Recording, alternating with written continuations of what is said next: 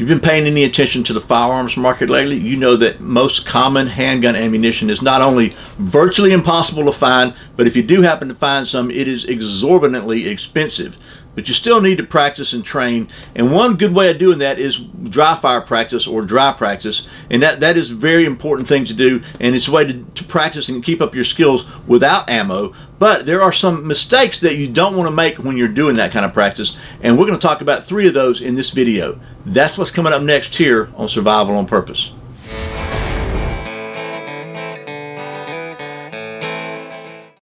Welcome back to Survival on Purpose, your home for trustworthy information and gear reviews related to camping, survival, and general preparedness for regular folks. My name is Brian. Thanks for joining me. So as I said, today we're going to talk about 3 mistakes that you don't want to make doing dry practice or dry fire practice. I call it dry practice. We'll talk about that why in just a minute. Again, it's a great way to practice your skills and improve your skills and your gun handling skills without having to buy any ammo or to find any ammo or to go to the range or anything else. But you want to make sure you don't make these 3 mistakes. And before we get into that, I want to tell you, if you want to support the channel, there's a couple things you can do that'll be a benefit to you and to me. And the first one is go to Big Daddy Unlimited and check them out. Big Daddy Unlimited is a membership buying club for guns and ammo and gear and all kinds of stuff, and they're changing the way that stuff is sold online because their prices are unbelievable. If you're a member, you get some really great prices, and you can check them out and get your first 30-day membership for just 99 cents by using the link in the video description below and see if you think it's a good fit for you. I'm a member. I pay them my money every single month, so that's why I think it's worth recommending to you. The second thing that I think is a great way for you to help benefit the channel and yourself is check out the folks at USCCA, United States Concealed Carry Association. They sent me this cool shirt, by the way.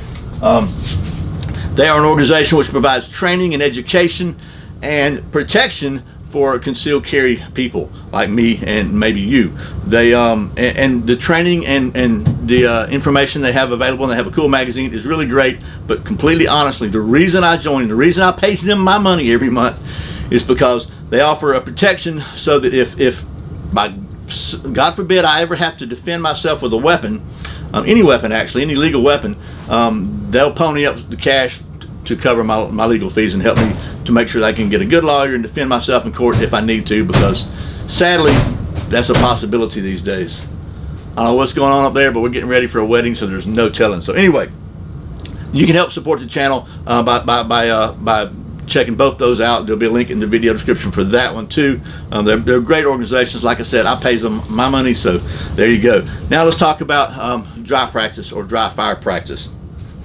First of all, we're going to talk about 3 mistakes, but there's a couple of mistakes I think that are really, semantically, they're not really dry practice mistakes, because one occurs before and one occurs after you even do the dry practice. So let's do that. The first one is not dry practicing, not doing it at all. Saying it's not valuable because you're not going bang. Look, it's fun to shoot. I get it. It's way fun to go, for me anyway, just to go to the range and shoot. It's not really fun to just practice stuff, you know, kind of like, some people feel like it's just make-believe. Look, I promise you, in my opinion and the opinion of everybody I've ever trained with, the gun handling part of self-defense is as important, if not more important, than the marksmanship part in a self-defense context, typical self-defense context. Because usually you're not worried about hitting a bullseye at 50 yards. You're going to be from me to you, you know, me to the camera here, what, at 5 or 6 feet typically. And if you can't get your weapon into play competently and smoothly and confidently, then it doesn't really matter about your marksmanship. So that's a very, very critical component, so don't discount that. Don't think that it's a waste of time or it's make-believe. It really, really is important, and it's, again, it's free, you know. So there's that. That's the number 1 mistake, is not doing it all. The second mistake that we're not going to talk about, that's not one of the 3, is after you finish, is loading the round that you ejected from your firearm back into the firearms. So let me show you what I mean. So here's my pistol. I'm going to start dry practice. So I'm going to eject the magazine, and I'm going to eject the round like that, right? So now it's empty. Now the pistol's empty, right? So I got this round here that I ejected. Now this round cost me over $1 in normal times a self-defense round. I don't buy cheap ammo for self-defense. So what would most people normally do, and what I used to do because I resisted this so much, my friend James Yeager told me this, and I was like, you know, that's a lot of money. That's $30 a month if I do this every day. So normally what you're going to do, you put this back in your magazine, at the top of the magazine, you do this and you load it back in, right? And then if you do that every day, that sucker is getting ejected and reloaded like 7 times a week. Say you only do it weekdays, 5 times a week, whatever. What can happen is this bullet can get pushed into this cartridge a little bit more every time because it's being pushed in. And what that does, that's going to decrease the space in here with it's full of gunpowder. It's going to pack it in tighter. It's going to increase the pressure. And if it gets bad enough, it could be dangerous. And again, like I said, I resisted this. I thought, oh, whatever, you know, that's not that important.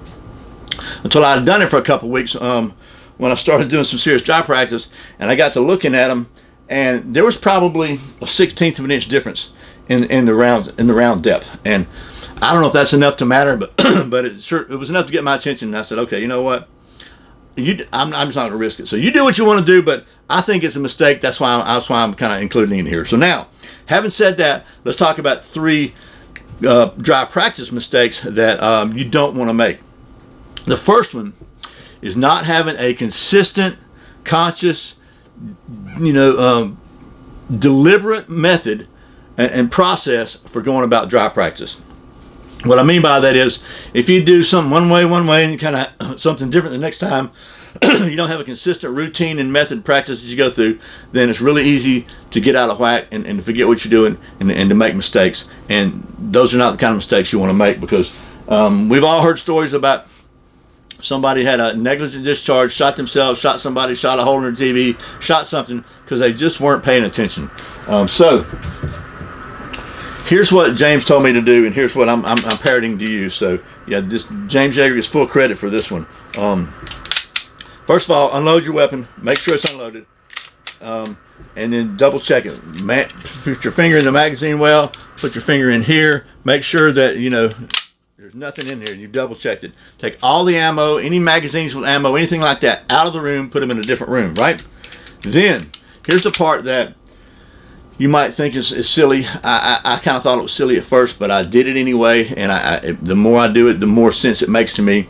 Once you're ready, say out loud, I'm now beginning to dry practice. Say it out loud. Out loud. Then, check it again. Check it again. Make sure it's unloaded. I'm now beginning to dry practice. Something to that effect. That's what I say. Then, go about your dry practice. Do whatever it is you're doing. When you're finished, before you load any rounds, before you go get any ammo, say, I am now stopping dry practice. And then, I'm now stopping dry practice. And say it like 3 times. I'm now stopping dry practice. Then, load your gun back up. You know, put in your holster, wherever you put it, and stop. No more draws, no more anything. So that's the first one. Just be consistent and definite and extremely safe. This is a very, very safe way to practice, but you can make it unsafe if you want to. So that's the first one. Another thing you can do, by the way, just as an aside for that, you can get yourself a blue gun. This one, I think I paid $45 for it from holstersmith.com. They've got all kinds of different models. This is a Glock, and I think it's a Glock Gen 3 or Gen 4. They've got Gen 5. They got, you know, different models. They're not paying me anything. I don't get a commission. This is where I went to get this one. This is not the same weight as my gun, as a real gun, but it's the same exact dimensions. They use these actually to make Kydex holsters and form holsters around. But it's very, very good for practicing your draw, for practicing your grip, for, you know, those kind of things that don't really, it doesn't matter about weight, it doesn't matter about the you know, slide function or anything like that. It just allows you to really practice your grip, practice your draw, and get all that stuff down really well. I use this a lot for dry practice because it's easier. It's easier and safer, and completely honestly, I'll have to burn another $1.50 worth of rounds. So I use the blue gun a lot when I'm just practicing my draw, or my grip and presentation. And we'll talk about that again in just a second. Actually, let's talk about it right now. So, again, we're unloaded. Okay.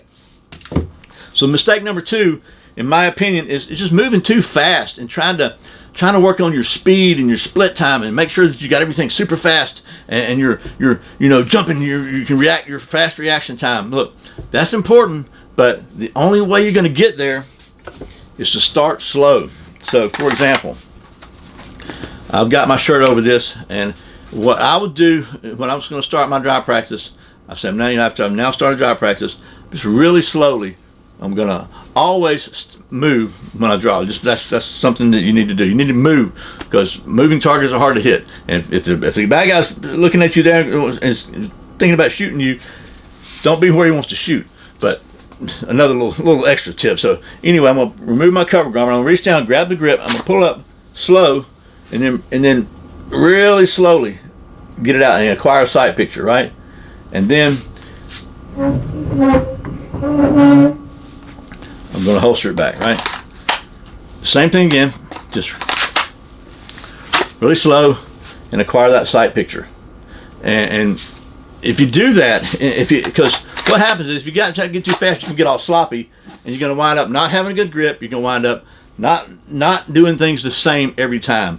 And one of the goals of dry practice is to develop, for lack of a better term, muscle memory, to create those neural pathways so that you don't even have to consciously think about what you're doing. But the only way you're going to get there is by consciously thinking about what you're doing and doing it slowly enough where you can really consciously think about it and you can repeat it. Because if you do it fast, in my opinion, if you start out doing it fast, it's really difficult to repeat the exact same movement because you don't really know what the exact same movement was. But if you start out really slow, then you can put each piece in your mind together and really get it right. So don't try to worry about your speed. Your speed will come. Start first by worrying about the precision.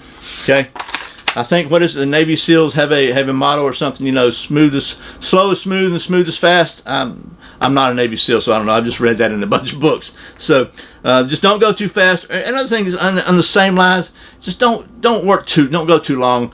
Once you start feeling fatigued and bored, that's when you're going to start messing up. So just stop.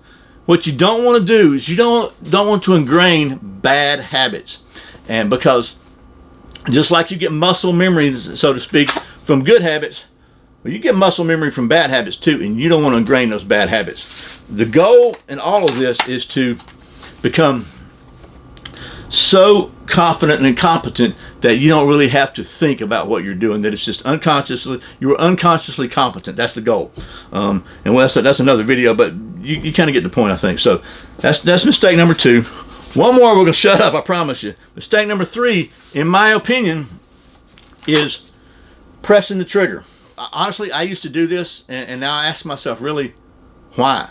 Because the goal of dry practice is to work on your manipulation skills, right? That's what's, in my opinion, that's what's really important. That's the best thing to accomplish.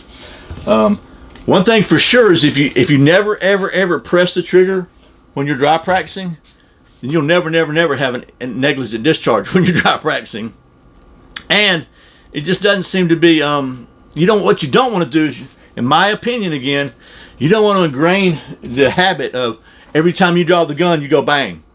If you ingrain that in, because what happens if you draw your gun on somebody and they throw their gun down and they, whoop, I'm done, and you shoot them, you just committed murder. Because if they have surrendered, threw their gun down, or are no longer a threat, you are not legally allowed to shoot them.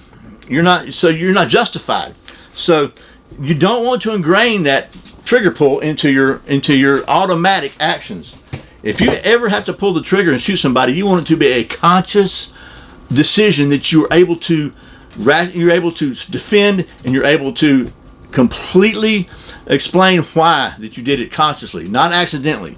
That's really, really important, both from a legal standpoint and a moral standpoint. So, in my opinion, that's a mistake, is pressing that trigger. So that's really it. I mean, there's a lot of advantages to dry practice. And by the way, I told you I was going to tell you why I call it dry practice instead of dry fire. And that not pressing the trigger, that's why. You're not firing anything, you're practicing. So I think that's probably more accurate. But you can call it dry fire. I don't care. That everybody knows what that means. I think that's a more accurate terminology, and I said that on purpose because I wanted to get into the don't press the trigger thing. So anyway, hopefully this has been helpful. Again, I encourage you to dry practice. And again, it may be as important, if not maybe even more, than going to the range and burning up some crazy expensive ammo if you can find any. But even if you got thousands and thousands of rounds of ammo, you should dry practice. Again, you don't have to pull the trigger every time you draw a pistol, but you are going to need to draw the pistol every time you need to pull the trigger. So does that make sense? Anyway, I'll stop rambling. I know this has been a slightly disjointed video, but hopefully it's been helpful. Again, practice, practice, practice, dry practice. If you can get some ammo, go to the range, but mostly dry practice. And if you haven't done so, I highly, highly encourage you to get some qualified training. And you know me, I recommend tactical response. So anyway, I hope this has been helpful. As always, thanks for watching Survival on Purpose. I put out a new video every Friday and Saturday, and sometimes random videos throughout the week. I really appreciate the support. Once again, my name's Brian. You're watching Survival on Purpose. Remember, survival's not an accident, so be prepared. I'll see you next time. Now ending dry practice.